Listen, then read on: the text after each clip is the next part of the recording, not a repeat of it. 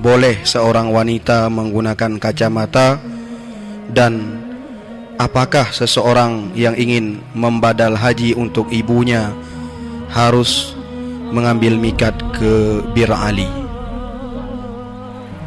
Masalah kacamata di saat kita dalam ihram yang ditulis dalam kitab fikih, haram dikala ihram bagi laki-laki memakai pakaian yang berjahit.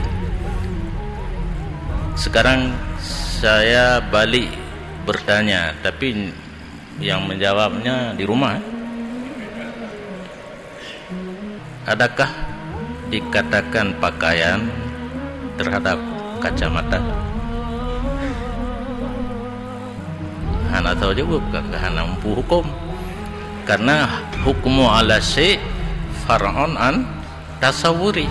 Bumupu wele apa itu sesuatu baru ada hukum. Nah, bagah lun jawab aju budih kan pakaian. Karena itu adalah kebutuhan. Nyokarapun mata kebutuhan karena handu takalan menyosilau pakai kacamata hitam dan sebagainya hajah untuk menolak cahaya yang datang dari luar terhadap mata kita, boleh mengganggu. Mudah-mudahan cincin, jam tangan, kacamata, tanda travel bag tidak termasuk pakaian. Boleh saja. Orang yang membadal haji orang lain harus wajib berihram di miqat yang dikedi gejak drog pat ke ihram. Mesti gejak drog ke ihram di Bir Ali.